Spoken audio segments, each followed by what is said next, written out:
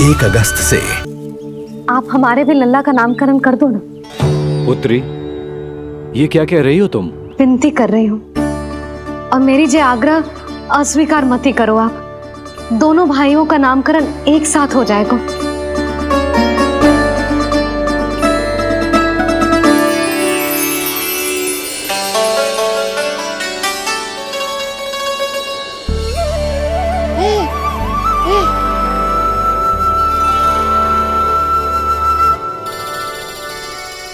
कितने प्यारे और निर्दोष बालक हैं।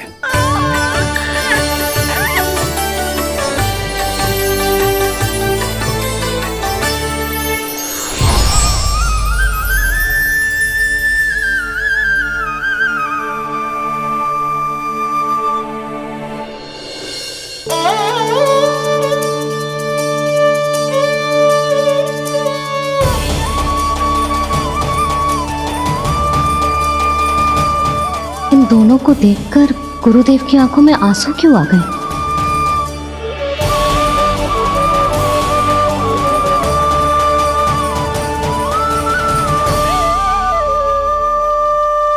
ये क्या कर रहे हैं ऋषिवर?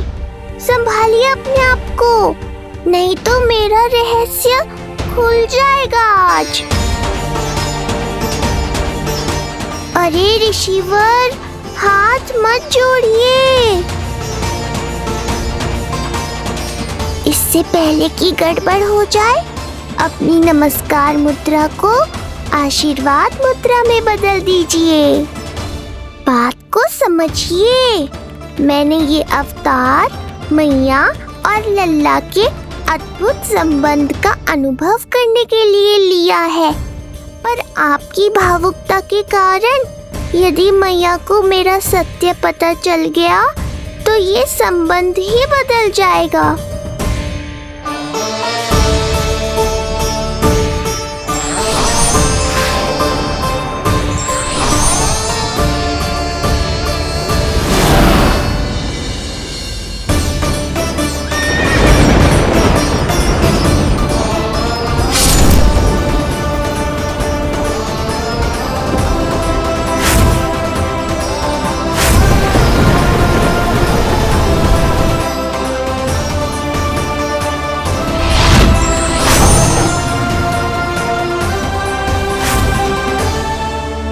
अब आप सब कुछ जान चुके हैं ऋषिवर, इसलिए अब मेरे सामने हाथ जोड़कर मेरे सत्य को उजागर मत कीजिए। अपने शिष्य वसुदेव के पुत्र के रूप में मुझे आशीर्वाद दीजिए।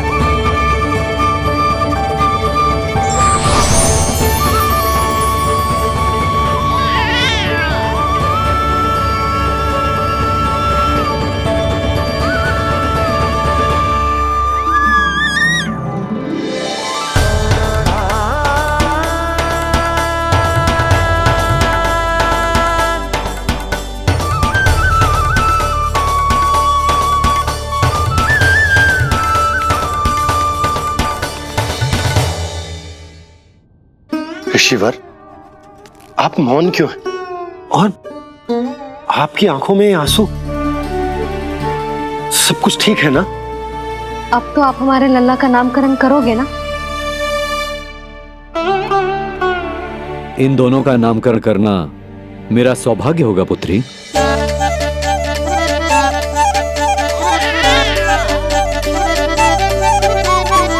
परंतु ये गोपनीय रूप से करना होगा।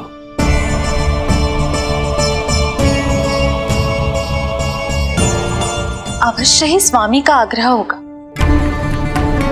ताकि कंस की बुरी दृष्टि हमारे पुत्र पर ना पड़े।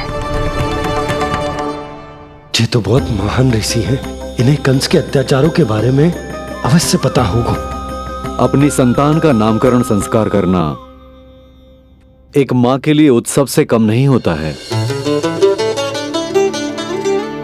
पर यह छुपकर करना होगा। आप दोनों को स्वीकार तो है ना? जैसी आपकी आज्ञा गुरुदेव। स्वीकार है गुरुदेव। तो फिर कहाँ करना है हमें नामकरण का प्रबंध? गुरुदेव, मंदिर सही रहेगा? उससे पवित्र स्थान तो हो ही नहीं सकता है। ऋषिवर, आप तनिक विश्राम कीजिए, हम लोग प्रबंध करते हैं। मैं कुछ समय इन बालकों के साथ व्यतीत करना चाहूंगा। ये तो इनका सौभाग्य होगा। हमें आज्ञा दीजिए।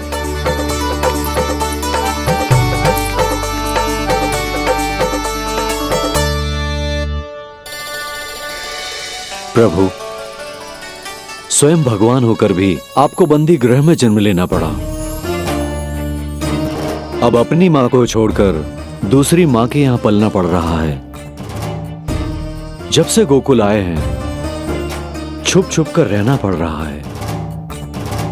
इतनी नन्ही सी अवस्था में दुष्ट कंस के कितने ही आक्रमणों का सामना कर चुके हैं आप। और जिस उत्सव में सभी सप्तऋषियों और सभी देवी देवताओं को साक्षी बनकर आना चाहिए, उस नामकरण उत्सव को यहां एकांत में करना पड़ रहा है। क्यों प्रभु, इतने कष्टों को सहकर ये अवतार क्यों लिया है आपने? दुष्टों का नाश करने के लिए, धर्म की स्थापना करने के लिए और सबसे अधिक मैया की ममता का अनुभव करने के लिए। पर इसके लिए इतने कष्ट? मानव जीवन लिया है तो कष्ट तो उठाने ही पड़ेंगे ऋषिवर। मानव जीवन की आंच जला रही है, फिर भी आप मुस्कुरा रहे हैं प्रभु। ये कैसा अनोखा अवतार है। आंच में जलकर भी यदि मैं नहीं मुस्कुराऊंगा तो अपने भक्तों को क्या शिक्षा दूंगा मैं? आज एक कंस का प्रकोप है, भविष्य में सहस्रों कंस होंगे और आने वाले युगों में होंगे अनगिनत कंस। उस समय मेरे भक्तों को पता होना चाहिए कि अपने कष्टों को कैसे सहना है और धर्म के पथ पर अडिग कैसे रहना है।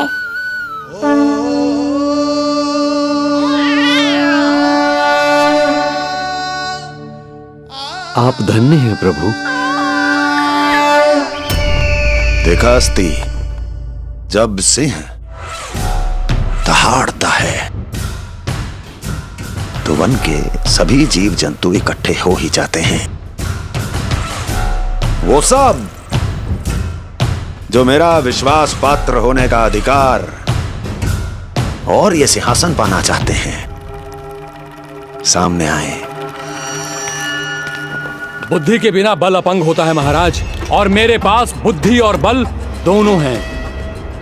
आप केवल आदेश दीजिए किसका संहार करना है।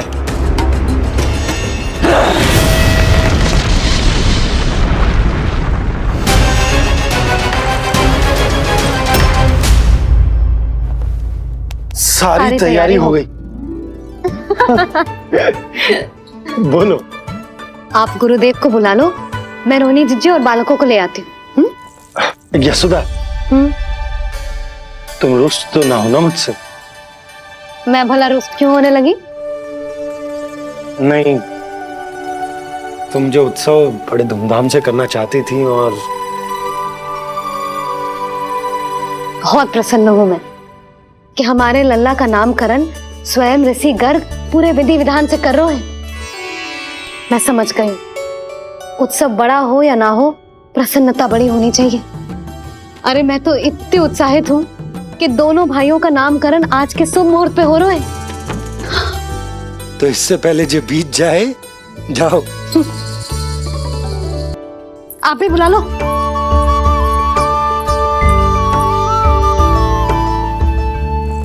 यहाँ सब के सब एक से बढ़कर एक है, तो फिर अपने कार्य के लिए किसका चुनाव सबसे पहले करूं? मेरा सामर्थ्य तो आपने अभी तक देखा ही नहीं महाराज। चुटकी बजाकर शत्रुओं का विनाश कर सकता हूं मैं।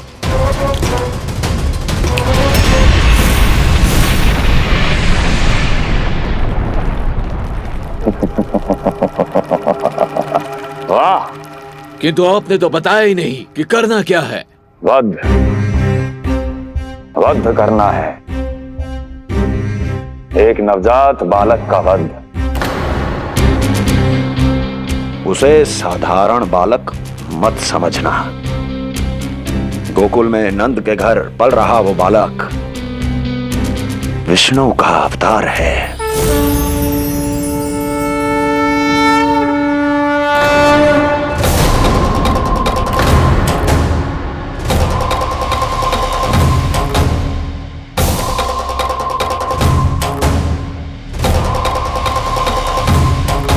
क्या हुआ? इतना सन्नाटा क्यों छा गया? क्षमा कीजिए महाराज, पर मैं नन्हे बालकों के साथ हिंसा नहीं करता। विष्णु अवतार बड़ा छलिया है महाराज, मैं उसका मुख भी नहीं देखना चाहता।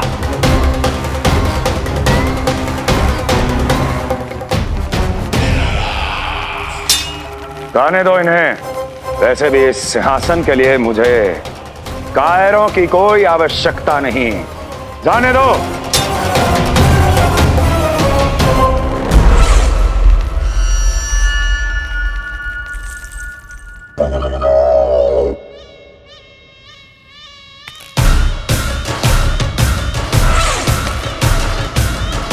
दुर्जन, क्या कहा था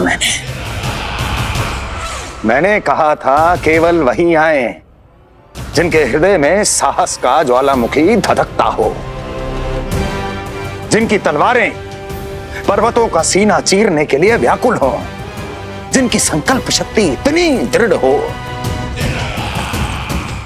कि वो मृत्यु से टक्कर ले जाए। वही होगा इस सिंहासन का असली अधिकारी। महाराज,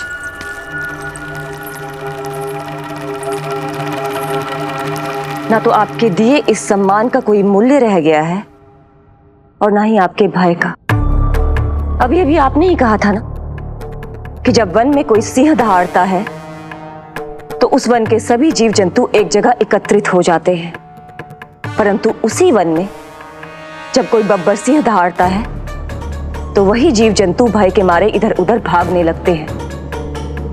निश्चित ही वो बालक इन सब के लिए बब्बर सिंह बन चुका है। उसका भय हमारे साम्राज्य की नींव हिला रहा है महाराज।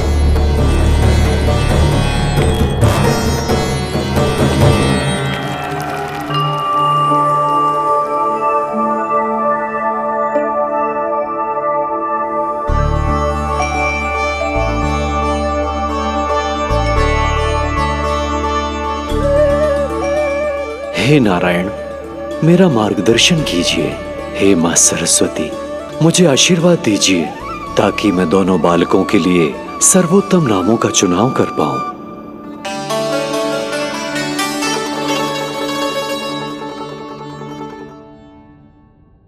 आपके पुत्र को बड़े भाई के कर्तव्य का निर्वाह करना है और इस दायित्व को प्रभु श्री राम से अच्छा किसने निभाया है? जैसा अटूट संबंध उनका अपने भाइयों के साथ था, मैं श्री नारायण से प्रार्थना करता हूं कि वैसा ही प्रेमपूर्ण संबंध इसका भी अपने छोटे भाई के साथ हो।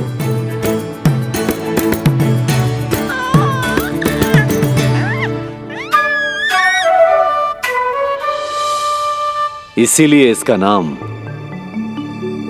राम हो। इसीलिए इसका नाम राम, इसीलिए इसका नाम राम।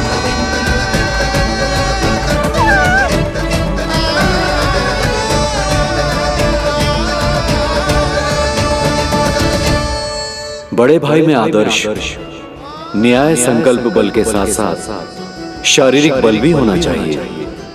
मैं देख पा रहा हूं ये बालक इन सब बलों के लिए जाना जाएगा। इसलिए जो नाम इसके व्यक्तित्व के लिए सबसे उचित है वो है बलराम। बलराम, बलराम।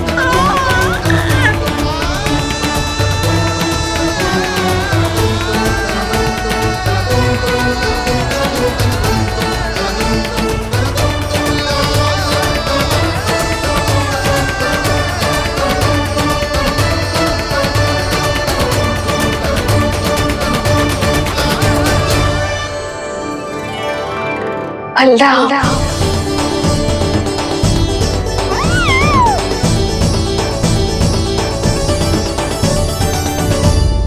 तो फिर उसका नाम बल राम रखना। कैसा अद्भुत संयोग है रिसीवर। जब इसके जन्म की सूचना देने मैं वसुदेव भैया के पास मथुरा गया था, तब उन्होंने भी यही नाम रखा था, बलराम। ये संयोग नहीं, नारायण की इच्छा है नंदराज। बलराम से अधिक उपयुक्त नाम इस बलराम के लिए कुछ और हो ही नहीं सकता है। पर मैं तो दाऊ कहकर ही बुलाऊंगा इन्हें, बलदाऊ।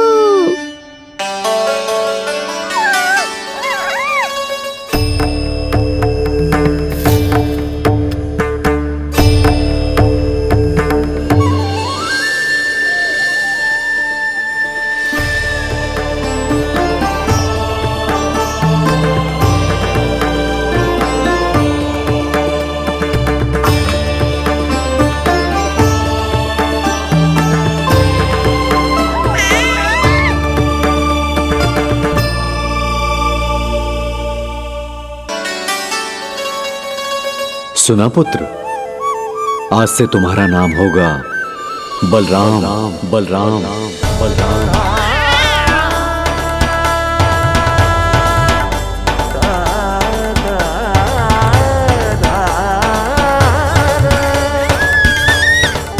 गुरुदेव, कितना अद्भुत नाम दिया है आपने इसे। अब मेरे लल्ला को भी ऐसा ही कोई उत्तम सा नाम दे दो।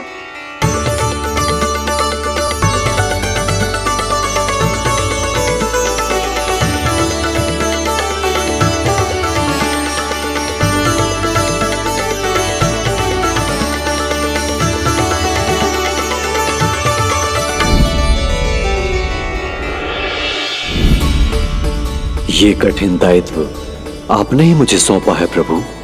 इसे निभाने की क्षमता भी आप ही दीजिए।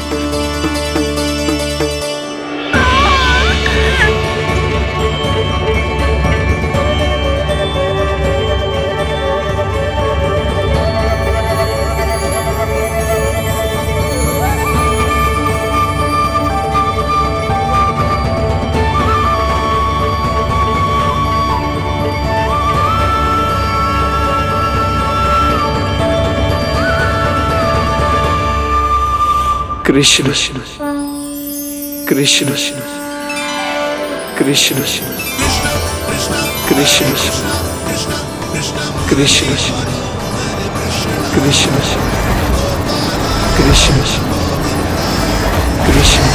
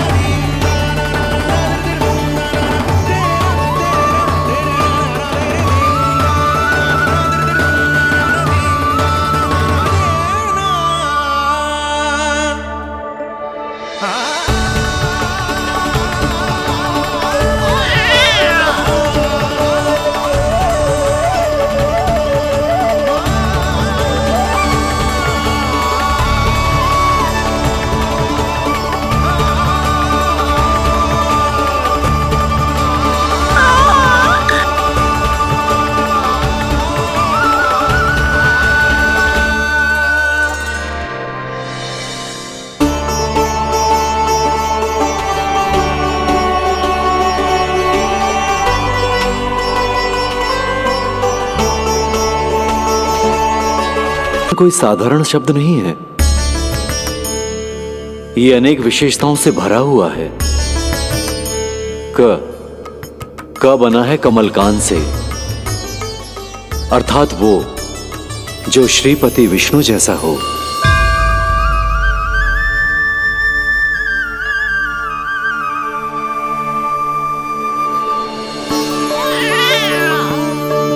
री की उत्पत्ति हुई है श्री राम से, अर्थात वो जो सबके हृदय में बस जाए। श ऐश्वर्य के स्वामी विष्णु के लिए, अर्थात वो जो समृद्धि लेकर आए।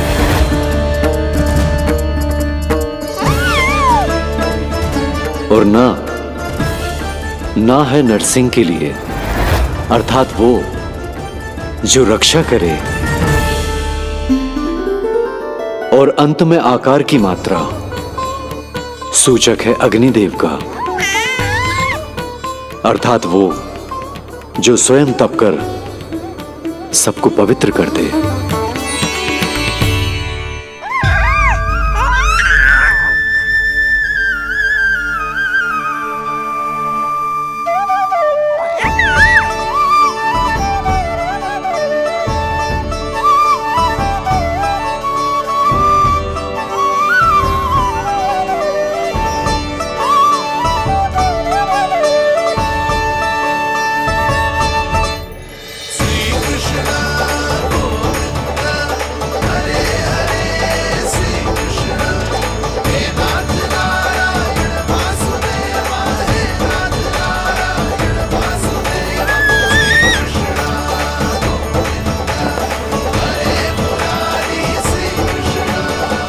आज से तुम्हें सारा संसार जिस नाम से पहचानेगा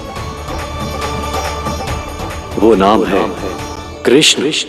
वो नाम है कृष्ण। वो नाम है कृष्ण।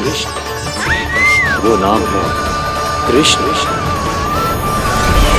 कृष्ण कृष्ण कृष्ण कृष्ण कृष्ण कृष्ण कृष्ण कृष्ण कृष्ण कृष्ण कृष्ण कृष्ण कृष्ण।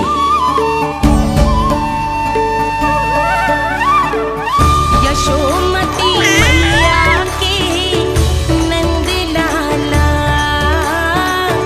यशोमती मैया के नंद लाला। असुरी कार्य करने वालों के लिए कृष्ण नाम का अर्थ एक और भी होगा। वो घनी अंधेरी रात जिसमें इसने जन्म लिया। पर इससे जो प्रेम करते हैं उन सभी के लिए कृष्ण नाम का अर्थ होगा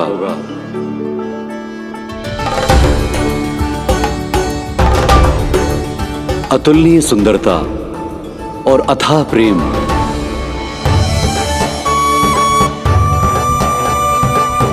इन दोनों विशेषताओं का साक्षात स्वरूप होगा ये कृष्ण।